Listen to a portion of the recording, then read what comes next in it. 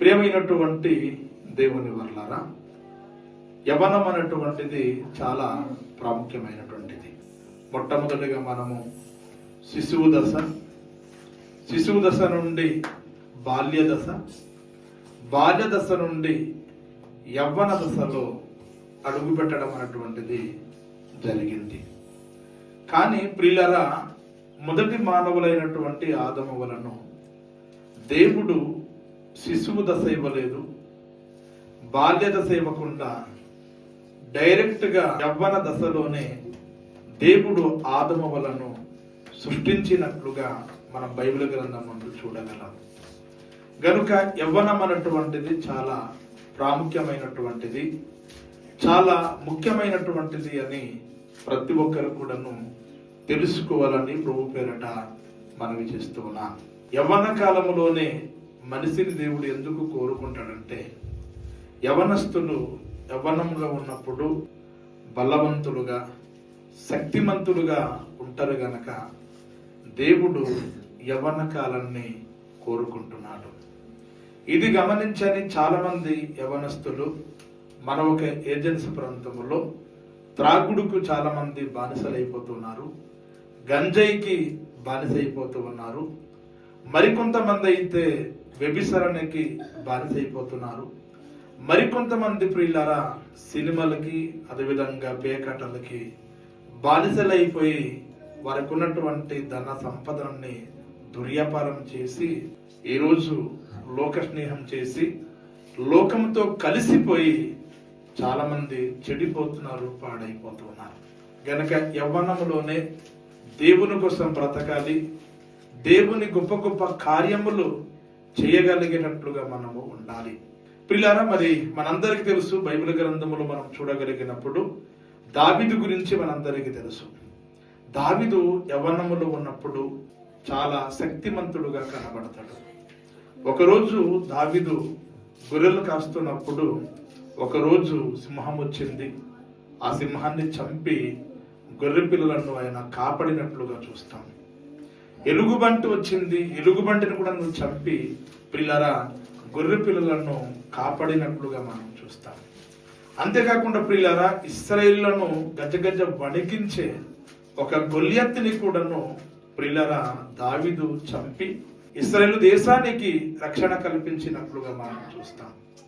అనగా శత్రువును దావీదు ఎలాగైతే దహించాడో, ఇశ్రాయేలు దేశానికి ఎలాగైతే రక్షణ కల్పించగలిగాడో, ఈరోజు దేవుని పిల్లలైనటువంటి మనము, అందులో ప్రాముఖ్యంగా యవనస్తులైనటువంటి మీరు జీవం కలిగినటువంటి దేవుని సంఘములో ఒక మూల స్తంభముగా నిలబడి సంఘాన్ని కాపాడుకోవాల్సినటువంటి బాధ్యత మీ మీద ఉంది. అందుకే బైబిల్లో ఒక చక్కటి మాట వ్రాయబడి ఉంటుంది ప్రియులారా. ఆ మాట ఎక్కడ ఉంటుందంటే, 1 యోహన పత్రిక 2వ అధ్యాయము ప్రియులారా మరి 14వ వచనము దయచేసి ఎవరైనా గట్టిగా చదివి వినిపించవలసిందిగా ప్రభు పేరట మనం చేస్తూ ఉన్నాను. చిన్నపిల్లలారా మీరు తండ్రిని ఎరిగి ఉన్నారు గనుక మీకు వ్రాయిచున్నాను. తండ్రులారా మీరు ఆది నుండి ఉన్నవారిని ఎరిగి ఉన్నారు గనుక మీకు వ్రాయిచున్నాను. యవనస్తులారా మీరు బలవంతులు, దేవుని వాక్యము మీ యందు నిలిచి ఉన్నది, మీరు దుష్టుని జయించి ఉన్నారు గనుక మీకు వ్రాయుచున్నాను. ప్రియమైనటువంటి దేవుని వల్లారా, ఇక్కడ చిన్నపిల్లల గురించి మాట్లాడుతున్నాడు, దాని తర్వాత యవనస్తుల గురించి మాట్లాడుతున్నాడు. ఇక్కడ యవనస్తుల గురించి అయితే ఇక్కడ ఏమని దేవుని యొక్క లేఖనాలు సెలవిస్తున్నాయంటే ప్రియులారా, యవనస్తులారా మీరు బలవంతులు.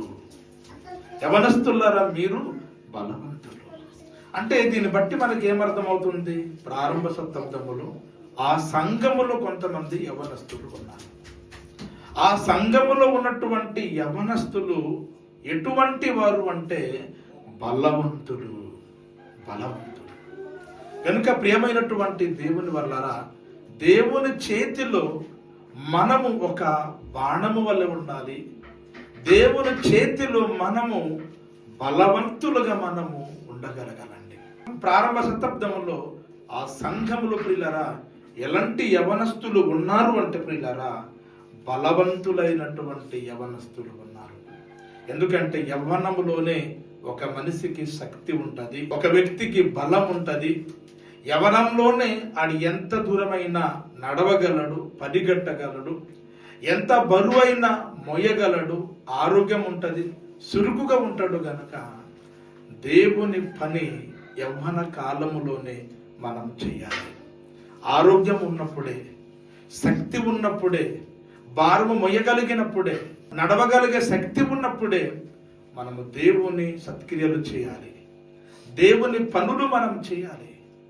జీవం కలిగినటువంటి దేవుని సంఘములు ప్రియులారా యవనస్తులు ఎలాంటి వారుగా ఉన్నారంటే బలవంతులైనటువంటి యవనస్తులుగా ఉన్నారు. అంతేకాకుండా ప్రియులారా ఆ యవనస్తుల మధ్య దేవుని వాక్యం నిలిచి ఉందటండి. ఇక్కడ చాలా మంది యవనస్తులు దేవుని వాక్యాలు చదువుకోరు, దేవుని వాక్యాలు రాసుకోరు. ప్రియమైనటువంటి దేవుని వల్లారా దేవుని వాక్యం మీలో ఉండాలి అంటే దేవుని వాక్యం చదవాలి, దేవుని వాక్యం రాసుకోవాలి, దేవుని వాక్యం మీ హృదయములో భద్రపరుచుకోవాలి. దేవుని వాక్యం ప్రకారంగా మీరు ఎప్పుడైతే నడుస్తారో దేవుని వాక్యము మీ యందు నిలిచి ఉంటుంది. ఎప్పుడైతే దేవుని వాక్యము మీ యందు నిలిచి ఉంటుందో యవనస్తులారా మీరు బలవంతులు అంటున్నాడు. మీరు బలవంతులు. ఎప్పుడైతే మీరు బలవంతులుగా ఉంటారో, ఎప్పుడైతే దేవుని వాక్యము మీ యందు నిలుస్తుందో అప్పుడు మీరు దుష్టుని మీరు దహించగలరు అంటున్నాడు. ఆ సంఘములో యవనస్తులు బలవంతులుగా కనబడుతున్నారు. ఆ సంఘములో యవనస్తుల మధ్య దేవుని వాక్యం నిలిచి ఉంది అంటున్నాడు. ఆ సంఘములో యవనస్తులు దుష్టుణ్ణి జయించి ఉన్నారు అంటున్నాడు. ప్రియమైనటువంటి దేవుని వల్లారా అప్పుడే చెప్పినట్లుగా ప్రియులారా గొల్యాతుని దావీదు ఎలాగైతే జయించి ఇశ్రాయేలు దేశానికి ఎలాగైతే రక్షణ కల్పించాడో సేమ్ అదే విధంగా ప్రియులారా మనం కూడా దుష్టుణ్ణి జయించాలి. కనుక ప్రియమైనటువంటి దేవుని వల్లారా దుష్టుడు కూడా సింహం వలె తిరుగుతూ ఉన్నాడు, దుష్టుడు కూడా ఎలుగుబంటి వలె తిరుగుతున్నాడు, దుష్టుడు కూడా గొల్యాతు వలె ఎదురు పడుతూ ఉన్నాడు. అలాంటి పరిస్థితుల్లో యవనస్తులైనటువంటి మనము దుష్టుని జయించగలగాలి అంటే ప్రియులారా మనలో దేవుని వాక్యం ఉండాలి. మనం దేవుని చేతిలో మనము బలవంతులుగా ఉన్నప్పుడు ఈ లోకంలో ఉన్నటువంటి దుష్టుడిని మనం జయించడానికి అవకాశం ఉంటుంది.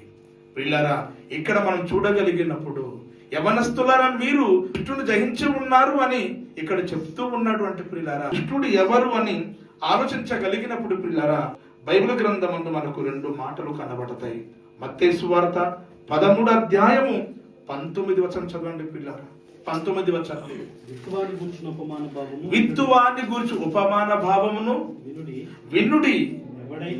ఎవడైనను రాజ్యమును గురించిన వాక్యము వినియు గ్రహింపక ఉండగా దుష్టుడు వచ్చి వాని హృదయములో విత్తబడిన దానిని ఎత్తుకొని పోవును. ప్రియమైనటువంటి దేవుని వలన దుష్టుడు అంటే ఎవరు అంటే సాతానుడు. దుష్టుని జయించి ఉన్నారు అని దేవుని ఒక లేఖనాలు ప్రియులారా ఎవరి గురించి చెప్తుంది అంటే ప్రియులారా దుష్టుడు గురించి చెప్తుంది. ఆ దుష్టుడు ఎవరో కాదు ప్రియులారా సాతానుడు, అపవాది దుష్టుడు. దుష్టుడు అంటే అర్థం ఏంటంటే ప్రియులారా నీతి నిజాయితీ లేనివాడు, మంచితనము లేనివాడు, మంచి క్యారెక్టర్ లేనివాడు ఎవరంటే ప్రియులారా దుష్టుడు. వాడు దుర్మార్గుడు. గనుక దుష్టుడు ఎవరు అంటే ప్రియులారా సాతానుడు. సాతానుడు ఈ లోకమును ఒక దుష్టుడుగా పనిచేస్తూ ఉన్నాడు. దుష్ట శక్తులు ఈ లోకములో పనిచేస్తూ ఉన్నాయి. ఆ దుష్టుడు యవనస్తులను ప్రియులారా పాడు చేస్తూ ఉన్నాడు, త్రాగుడికి బానిసలుగా చేస్తూ ఉన్నాడు, వ్యభిచారానికి బానిసలుగా చేస్తూ ఉన్నాడు. కనుక అటువంటి దుష్టుణ్ణి ఈరోజు యవనస్తులు జయించాలి.